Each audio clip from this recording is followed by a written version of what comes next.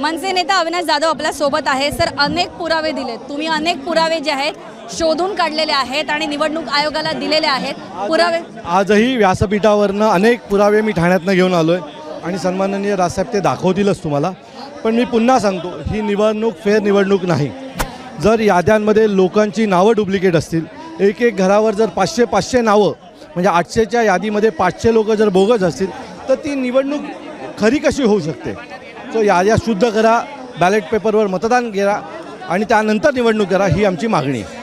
Sir, पण तुम्ही अनेक पुरावे देतायत, याद्या देतायत, प्रेझेंटेशन होत आहे, पण अशा वेळेस सुद्धा निवडणूक आयोग जे आहेत ते मानायला तयार आहे का सगळे तुमचे पुरावे वगैरे?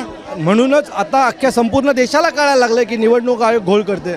एवढे पुरावे समोर ठेवत आहे, मीडिया जाऊन त्याचं क्रॉस चेक करते आणि त्यानंतर पण जर त्यांना विश्वास बसत नसेल तर यांना विश्वास बसवण्यासाठी करायचं काय ते आम्हाला सांगा, म्हणजे आम्ही ते करू। आजच्या मोर्चानंतर, आजच्या या आंदोलनानंतर पुढची दिशा काय असणार आहे? माझी निवडणूक आयोगाला विनंती आहे, आम्ही काय करू ते आमचे नेते भूमिका मांडतीलच, पण जे नेपाळमध्ये झालं ते भारतीय नागरिकांना करायला लावू नका, नाहीतर जे नेपाळमध्ये घडलं तशाच प्रकारच्या घटना या भारतीय निवडणूक आयोगावर भारतात घडल्या तर काही आश्चर्य वाटण्यासारखं नसेल। आपण बघतोय की अनेक तरुण नेते जे आहेत ते या मोर्चामध्ये सहभागी झालेले आहेत।